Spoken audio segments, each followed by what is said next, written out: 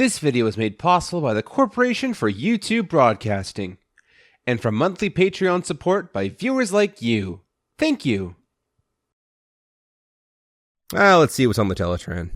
Hi, I'm Megatron, president of the Decepticon Corporation and the planet. Let's take extra care to do as I command or be put to sleep. And don't forget, Energon Monday is coming up, where every Autobot slave gets one free Energon cube for your many cycles of forced labor. All hail Megatron, everybody! Oh man, that Megatron's such a cool guy, giving us free Energon. Wait, did he say put to sleep? Tonight on Where Are My Pants? Blitzwing, where are my pants? What was I thinking about? I don't care. Why, hello YouTube! Greetings from the Lazy Eyebrow Reviewers for a review of not one, but two Legends Class figures. This is the review for Legends Class Road Trap and Battle Slash. On loan to me from my friend X, as I didn't have these figures. Now, everything I know about these figures came from a review of Thu, so if you want the backstory about who these figures are and what significance they have, I highly suggest you go watch his video. Otherwise, I'm going to be talking about what I think of these two strictly on their merits as toys alone. I know. How drab. First things first, Road Trap. Road Trap is a blue truck with reddish type windows, and for a legend scaled truck, this isn't half bad. Like, the back obviously leaves something to be desired, but considering Fall of Cybertron Onslaught exists, I think this guy gets a pass. The front, though, looks very truck-like, even with the sweet tow winch plastered onto the front like we expect this guy to go off-roading or something, and the winch will get him out of any traps he finds along the way. Battle Slash, on the other hand, is the complete opposite. This isn't exactly a helicopter that I think will slash his way into battle anytime soon. Like, I get he's Legends Class, and we should be a little less hard on him, but dang, look at that gaping hole! What are we shooting, shipping containers at people? Unlike his Duocon counterpart, though, the back end looks better than the front end. I feel like if we put these two together, we might get the best of both worlds or something, but we'll see what happens. For size comparison, a standard 2x4 Lego brick, Legends B, Mech Fans Toys Huffer, and Combiner Wars Power Glide. Like, the whole Legends scale is kinda super tiny. With the exception of, say, Beachcomber, who actually seems to fit in well enough, it sort of feels like a lot of the Legends turn into scaled RC vehicles for the Cybertronians.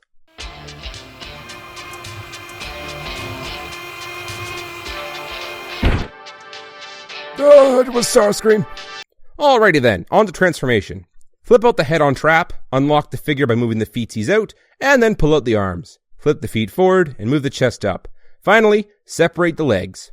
Slash's cockpit opens up, the arms fold to the side, the legs split apart and fold around, but not all the way yet. Pull down the combiner port so the legs can move all the way around, fold around the stabilizing rotor to the reel of the feet, spin the legs around, open up the chest, and reveal the head. Move the shoulders around, fold over the actual joints, finish the shoulder placement, and then adjust the arms. And there we have it. Two squat Legends figures. They're short, they're broad, we're tiny, we're toony, we're all a little loony. And they're not overly great figures considering their intended purpose is the main attraction, and these are kind of just the bonuses that came straight out of the package, so you're forced to see the dynamic duo at least once. Like, there's not much to say for Trap here. He's a wide figure, but crazy thin looking at him from the side. He has passable articulation, and that's kind of it. I don't know, he does the job. Slash, on the other hand, is kind of a fun little figure. He's got his bow staff of justice permanently fixed to one of his hands, and the king of all butt flaps going on the backside. Like, move over MP22 Ultra Magnus, we've got a new contender here for the worst butt kibble. But he's not all bad. Like, you can easily say Go-Go Gadget Armcopter and Mary Poppins' way to victory. And that doesn't even include the times he's using it as my favorite thing ever. The not really all that practical, but very cool looking helicopter shield. So that's all I really have to say for those two on their own merits. Trap has a pretty nifty blue going on, a striking red that pops hard, while Slash actually has some play value going on. Not much else I can say about them individually, really.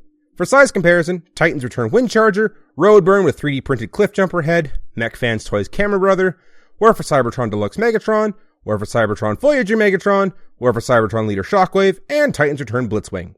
Now, transformation. For these two are actually a combiner of sorts, which for the scale is pretty cool. Trap cracks his sternum clean in half, moves his chest down to become knees, and then rotates his arms around somewhere. There's no real spot, they just sort of hang out there.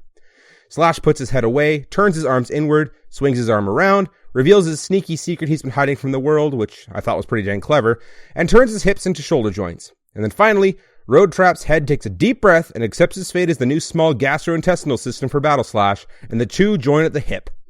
Wonder Twin powers, activate! Shape of a torso! Power of trousers! And finally, the whole reason you bought the two Legends figures you'd only ever heard of in a magazine for. Battletrap! Finally, we had the figure everybody has been begging Hasbro for since the dawn of the Classics line back in 2006. In all seriousness though, this is a really cool figure. I am impressed that they were able to take two Legends figures, mash them together, and give us one of the most articulate and properly proportioned deluxe figures that ever was. Like, check these poses out! We had the superhero landing pose, a hoverboard handstand, and extra bonus points for this being a real photo and not me having to resort to photoshopping out anything. This photo is strictly accomplished through balance. Giving Bumblebee the boot. And finally, the pose everyone's been dying to know. Can he breakdance?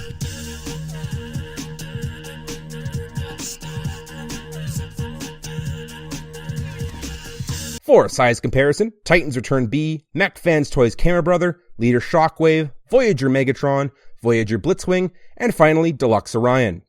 Which just goes to show, for the price of two Legends, you really do get a nice deluxe figure. Like here's a Universe Deluxe, a Generations Deluxe, and a Siege Deluxe, which also showcases how much smaller they've been getting over the years while also driving up the prices. A Deluxe is now Canadian $30. For that price, I can also buy a KO Masterpiece Carbot. Like, what even is this? So that's in my review of Power to the Prime's Battletrap. They're decent figures in their own right. I'm not going to deny that. But man, did they ever know how to throw a party when you get these two old buddies together. It's a shame they didn't do the same with Flywheels, though he did end up getting a release that ended up being more accurate to what he originally was, which I guess is alright. In the end, I'm a little sad I missed out on this figure, just for the sheer play value. But I'm glad I got to muck about with this guy for the short time I borrowed it. This has been the Lazy Eyebrow Reviewer.